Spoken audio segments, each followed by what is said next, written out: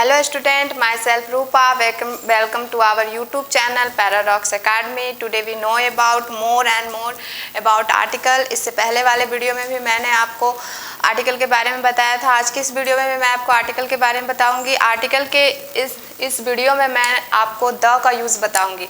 इससे पहले वाले वीडियो में भी मैंने आपको द का यूज़ बताया था, लेकिन आज के इस वीडियो में हम कुछ और भी यूज़ जानेंगे द का. तो चलिए बिना देरी किए हुए जानते हैं द का उपयोग.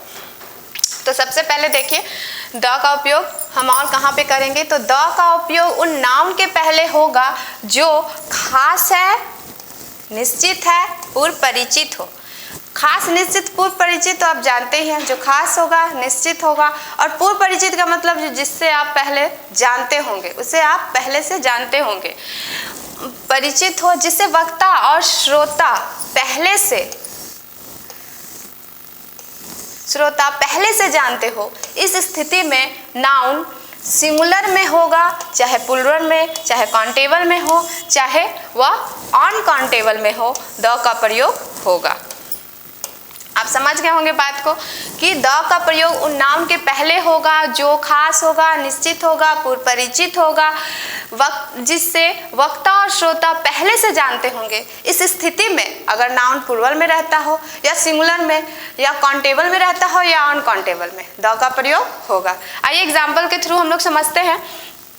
हमारा एग्जाम्पल है the horses are good. Means आप उस घोड़े को जानते हैं कि वो घोड़े अच्छे हैं, इसीलिए द हॉर्सेस आर गुड. इसका मतलब आप घोड़े से परिचित हैं और घोड़े निश्चित और खास भी हैं क्योंकि आप वही घोड़े को जानते हैं जो अच्छे हैं.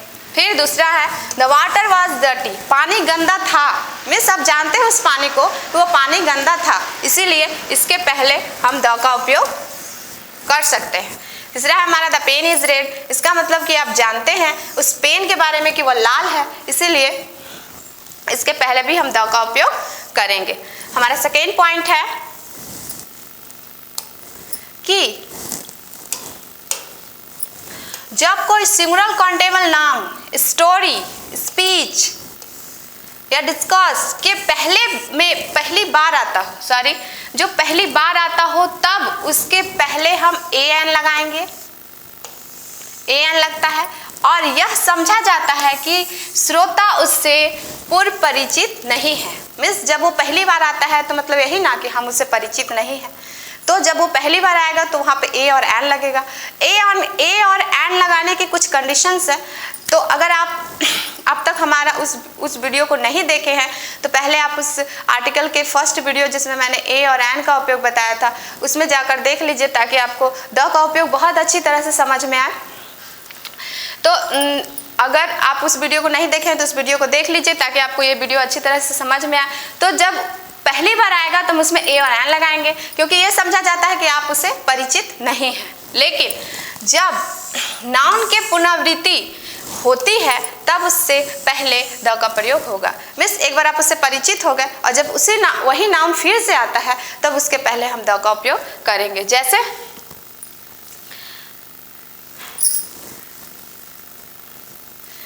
There was a king, the king was very brave. Means एक राजा था, जब दूसरी बार जब ये राजा आया तो हम जानते हैं कि एक राजा था जो बहुत ही बहादुर था. तो जब दूसरी बार राजा आया तो जब हम क्योंकि इससे हम परिचित पहली बार के राजा में हो चुके हैं. There was a king, the king was a very brave. तो इसके जब सेकेंड टाइम ऐसा तभी होगा जब आप किसी स्पीच या किसी स्टोरीज के बारे में बात करते हो या फिर उससे लिखने जा रहे होंगे. तब दूसरी बार जब आपका नाउन आएगा तब वहाँ पे आप द का उपयोग कर दीजिएगा. फिर और देखते हैं आई सा a boy, the boy was weeping. Means मैंने एक लड़का देखा जो लड़का बहुत रो रहा था. तो आपने उस लड़के को पहले देख लिया, मीन्स आप उससे पहले परिचित हो गए, तब जाके आपने कहा कि वो लड़का बहुत रो रहा था. तो इसके पहले हमने द लगा दिया. समझ में आ रहा होगा आपको. हम तीसरे पॉइंट की तरफ चलते हैं. हमारा तीसरा ऑप्शन है the I have brought a car, the car is very beautiful. मैंने एक कार खरीदा था, वो बहुत ही ब्यूटीफुल है. उसके if you want to see the car you come to my home. Means I have bought a car, मैंने एक कार खरीदा, मैंने वो कार खरीदा जो मैं आपको बता रही हूँ। तो the car is very beautiful, वो कार जो है वेरी ब्यूटीफुल, तो कार यहाँ फिर से रिपीट हुआ, तो इसके पहले द लग गया। फिर से वही कार के बारे में बात हो रही है। If you want to see the car, आप वही कार को अगर देखना चाहते हैं, तो इसके पहले भी देखिए यहाँ द का उपयोग हो गया। तो कम टू माई होम, तो उसके लिए आपको मेरे घर आना होगा। तो आप समझ रहे हैं कि जब स्पीच या स्टोरी के बारे में जब हम बात करेंगे, तब इस तरह जब वही नाउन रिपीट होगा, तब उसके पहले आप द का उपयोग कर सकते हैं। हमारा नेक्स्ट पॉइंट है, म्यूजिकल इंस्ट्रूमेंट के पहले हम द का उपयोग करते हैं। म्यूजिकल इंस्ट्रूमेंट के पहले के नाम के पहले हम द का उपयोग करते हैं, जैसे the tabla, the violin, the harmonium, the guitar, ये सब जो हमारे म्यूजिकल इंस्ट्रूमेंट हैं, तो इसके नेम के पहले हम द लगा सकते हैं। और इसके पहले इसके और भी नेम होते हैं, फ्लूट, गिटार, ये सब जो है हमारे म्यूजिकल इंस्ट्रूमेंट है, यानी हिंदी में बोले तो वाद्य यंत्र, तो इसके नेम के पहले आप द का उपयोग लगा सकते हैं। सिंपल। अब हम हमारा नेक्स्ट पॉइंट देखेंगे, जैसे office, cinema, theatre and circus के नाम के पहले आप द का उपयोग कर सकते हैं। नेम छूटा हुआ है, तो इसके नेम के पहले भी आप द का उपयोग कर सकते हैं, जैसे I am coming from office, the office. इस तरह से आप इनके नेम के पहले द का प्रयोग कर सकते हैं। हमारा नेक्स्ट है कि आप सरनेम के नेम के पहले भी द का प्रयोग होता है। सरनेम किसी का नाम नहीं, उनके नेम के बाद लगने वाला सरनेम जो है, उसके नेम के पहले आप सरनेम के पहले आप द का उपयोग कर सकते हैं। जैसे देख रहे हैं गुप्ता जो हमारा सरनेम है, तो उसके पहले द का उपयोग किया हुआ है। द शर्मास, तो ये भी हमारा सरनेम है, तो इसके नेम के पहले भी द का उपयोग किया हुआ है। सिंघानियास जो ये सरनेम है, इसके नेम के पहले भी आप द का उपयोग कर सकते हैं। तो बात आपको समझ में आ रही होगी कि किसी भी सरनेम के नेम के पहले हम लोग द का उपयोग कर सकते हैं। हमारा नेक्स्ट है कि बॉडी पार्ट्स के नाम के पहले द का प्रयोग होता है। बॉडी पार्ट्स के नेम के पहले भी द का उपयोग होता है। बॉडी पार्ट्स तो आप जानते ही हैं, नोज, हैंड्स, लिप्स, चीक, नेक, ये सब जब हमारे बॉडी पार्ट्स है, तो इनके नेम के पहले भी आप द का उपयोग कर सकते हैं। जैसे she caught him by the arms, तो आर्म्स जो हमारा बॉडी पार्ट्स है, तो इनके नेम के पहले हमने द लगा दिया है।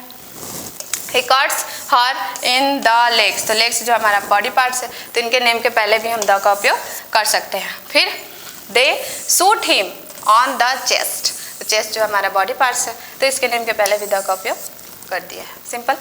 अब जो हमारा नेक्स्ट है, उसके बारे में देखेंगे और जानेंगे।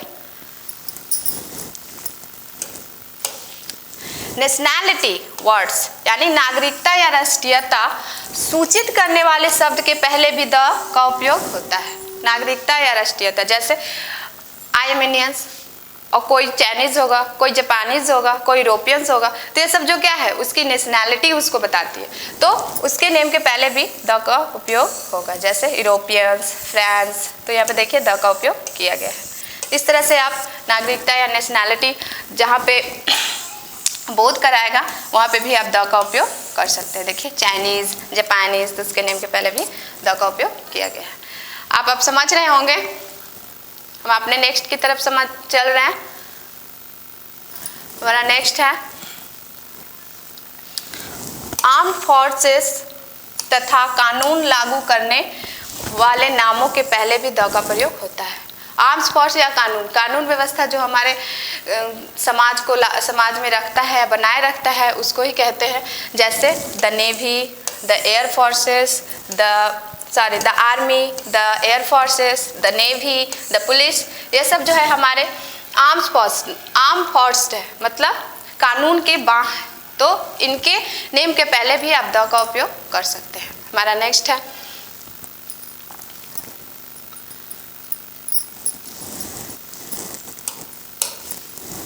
के हिसाब की दर्ज के अर्थ में सिंगुलर काउंटेबल नाउन के पहले द का प्रयोग होता है।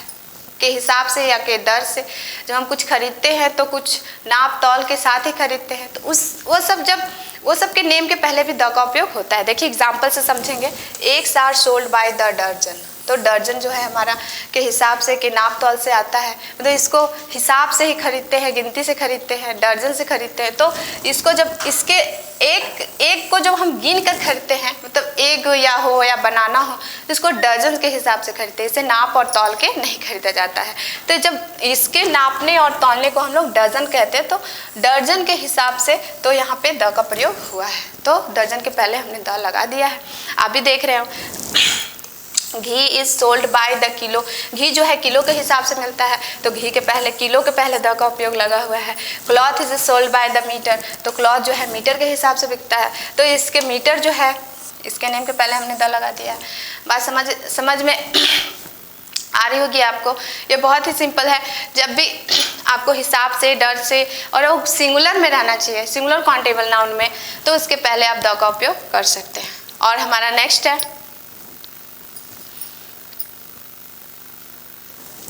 अगर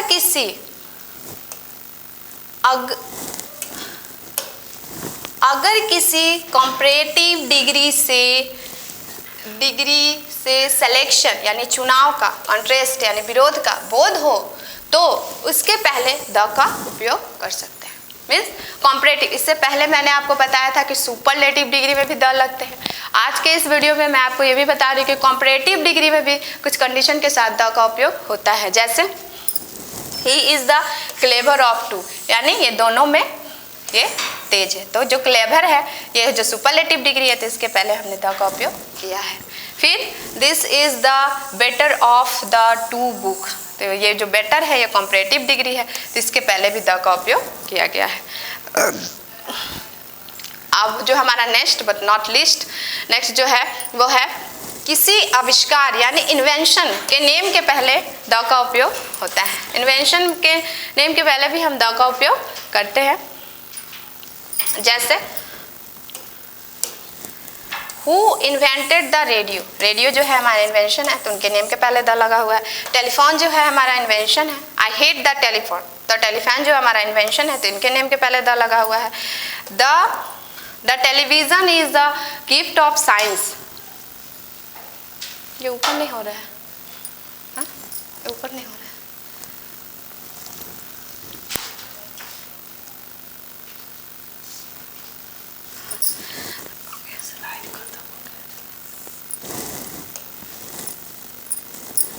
the television is the gift of science, तो टेलीविजन क्या है, हमारा इन्वेंशन है, तो इनके नेम के पहले द लगा देना, सिंपल। तो द के यूजेस को कुछ याद रखना पड़ेगा, कुछ समझना पड़ेगा, तब सारे यूजेस आप द के इजीली कर सकते हैं। तो मैंने अपने वीडियो में आपको 26 यूजेस बताए हैं द के। अगर आपको हमारा ये वीडियो अच्छा लगा हो तो चैनल को सब्सक्राइब कीजिए, वीडियो को लाइक कीजिए, और हमारा इसी तरह से लाइक बढ़ाते रहिए, ताकि हम आपको और नए नए वीडियो के साथ आपसे मिलते रहें। Thank you. अब इसका रिवाइज कीजिए।